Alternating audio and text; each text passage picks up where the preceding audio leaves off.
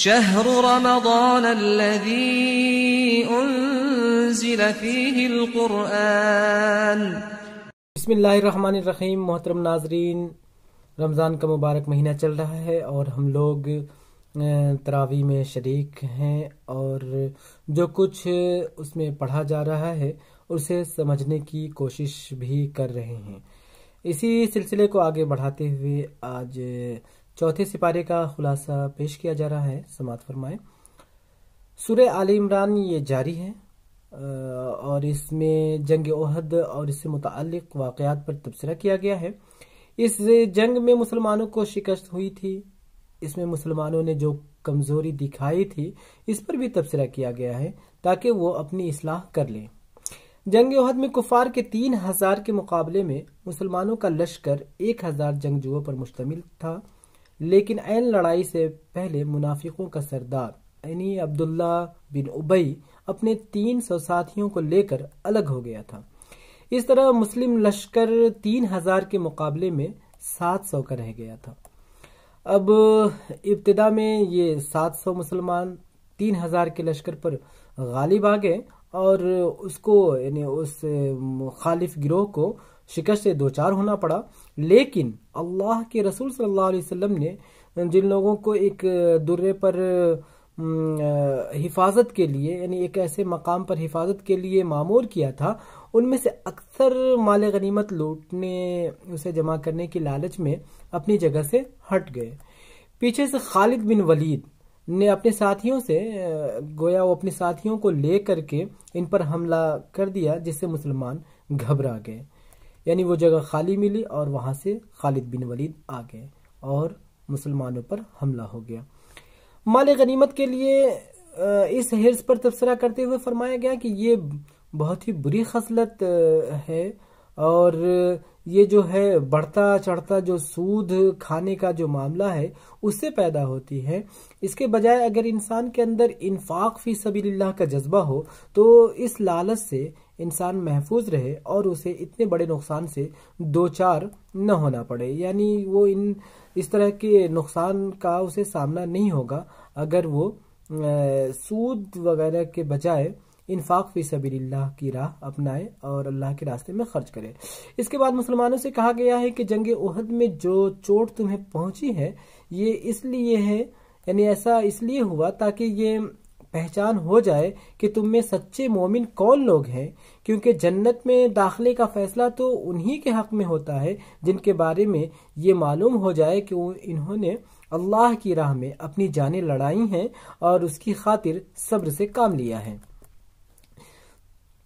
جنگ کے دوران نبی صلی اللہ علیہ وسلم کی شہادت کی افواہ اڑنے لگی اور چاروں طرف یہ خبر پھیل گئی کہ نبی صلی اللہ علیہ وسلم نعوذ باللہ اللہ کے رسول صلی اللہ علیہ وسلم کی گویا کہ کہیں وہ شہادت ہو گئی ہے اور اب آپ نہیں رہے، تو اس افواہ اڑنے سے لوگ طرح طرح کی باتیں کرنے لگے تھے اور کوشش کرنے لگے کہ مسلمان جنگ سے بد دل ہو جائے۔ مطلب یہ ایک افواہ اس لیے بھی پھیلائی گئی تھی کہ لوگوں میں یہ نبی صلی اللہ علیہ وسلم کے نہ ہونے کا جب معاملہ ہوگا تو ان کا جو عزم ہے، ان کی ہمت، ان کا حوصلہ جو ہے یہ سب ٹوٹ جائے گا، تو اس طرح سے لوگ بکھرنے لگیں گے، مسلمان جنگ سے بھی بد دل ہو جائیں گے اور عبداللہ بن ابی کا سہارا لے لیں گے۔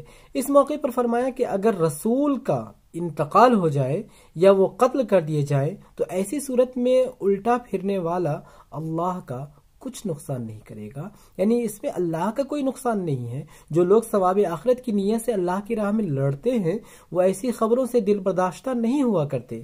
جنگ کا پاسا پلٹنے کے بعد مسلمانوں پر جب دو طرفہ حملہ ہوا تو وہ کہنے لگے کہ یہ مصیبت کہاں سے آ گئی، یعنی دو طرفہ حملہ ہو گیا، آگے سے بھی اور پیچھے سے۔ جو وہ خالد بن ولید کا جو معاملہ تھا وہ اپنے ساتھ لے کر لشکر کو لے کر آیا، تو اس طرح سے مسلمانوں میں بہت گھبراہٹ سی ہونے لگی۔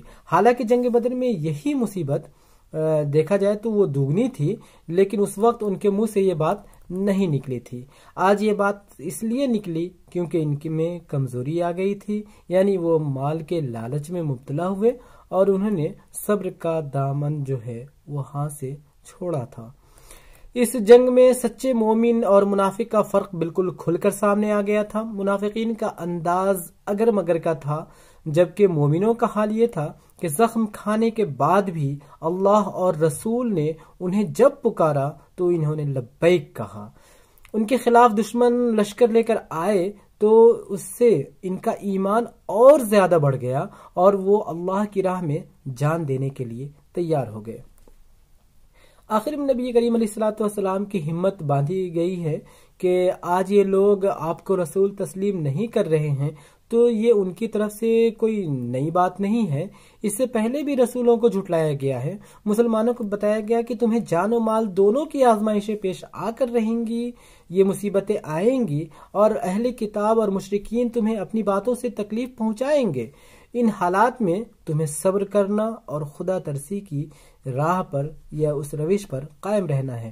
آخر میں ایک اہم بات یہ بتائی گئی کہ دنیا کے ملکوں میں اللہ کے نافرمان لوگوں کی اگر یہ چلت پھرت، ان کے یہ عیش و آرام کی زندگی سے مسلمانوں کو دھوکہ نہیں کھانا چاہیے۔ مسلمانوں کو بالکل بھی مرعوب نہیں ہونا چاہیے کہ ان کی زندگی عیش و آرام میں گزر رہی ہے، کیونکہ ان کی زندگی جو بھی کچھ ہے وہ چند روز کا لطف ہے، چند روز کی زندگی کو وہ لطف کے ساتھ جی رہے ہیں، لیکن اس کے بعد ان سب کو جہنم میں جانا ہے اور جہنم جو ہے یہ برا ٹھکانہ ہے۔ آخرت کا عیش و آرام اللہ سے ڈرتے ہوئے زندگی بسر کرنے والوں کے لیے ہے۔ سورہ نساء، اس سورہ کا آغاز اس بات سے کیا گیا ہے کہ اللہ نے تم کو ایک جان سے پیدا کیا ہے اور اسی جان سے مرد اور عورت کا جوڑا بنا کر دنیا میں انسانوں کو پھیلا دیا ہے۔ اس لیے آپس کے رشتوں اور قرابت داری کے تعلقات کو بگاڑنے سے پرہیز کرو اور اس کے تقاضوں کو پورا کرو۔ اس سورہ میں 3 موضوعات کو خاص طور سے ابھارا گیا ہے۔ نمبر 1، مدینہ میں جو نئی اسلامی سوسائٹی یا اسلامی معاشرے کا قیام ہوا تھا، وہ سوسائٹی قائم ہوئی تھی، اس کی مزید نشو و نما کے سلسلے میں کچھ ضروری ہدایات و احکام ہیں وہ۔ نمبر 2، اس کشمکش کا مقابلہ جو مشرکین عرب یعنی یہودی قبائل اور منافقین کے ساتھ پوری شدت سے جاری تھی۔ اور نمبر 3، باطل طاقتوں کے راستے میں حائل ہونے کے باوجود اسلام کی دعوت کو پھیلانا۔ یہ 3 باتیں اور ان 3 موضوعات کو خاص طور سے اس میں ابھارا گیا ہے۔ مدینہ کی اسلامی سوسائٹی کو معاشرتی مسائل سے متعلق جو کچھ بھی ہدایات تھی وہ ہدایات اس میں دی گئی ہیں۔ خاندان کی تنظیم کے اصول بتاتے ہوئے نکاح کے سلسلے میں پابندی لگائی گئی۔ کہا گیا کہ تم لوگ 2، 3 یا 4 بیویاں رکھ سکتے ہو، لیکن اگر ان کے درمیان عدل اور انصاف نہ کر سکو تو پھر صرف ایک ہی ہے، یعنی ایسی صورت میں پھر ایک بیوی سے زیادہ نہ رکھو۔ مرد عورت کے درمیان جو تعلق ہے اس تعلق کی حد بندی کرتے ہوئے فرمایا کہ عورتوں کے مہر خوش دلی کے ساتھ ادا کرو، الا یہ کہ اس کا کچھ حصہ وہ خود ہی معاف کر دے۔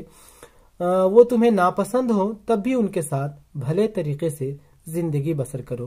ایک ہدایت یہ بھی دی گئی کہ کسی عورت کا شوہر مر چکا ہو تو مرنے والے کی بیوہ یعنی اس کی جو بیوی ہے تو مرنے والے کی بیوہ کو میراث سمجھ کر اس کو اپنے گھر میں بند کر کے نہ رکھو، یعنی وہ کوئی میراث نہیں ہے کہ اس کو ویسے ہی رکھا جائے، بلکہ شوہر کے انتقال کے بعد وہ اب پوری طرح سے آزاد ہے اور عدت گزار کر پھر وہ جہاں چاہے جس سے چاہے نکاح کر سکتی ہے۔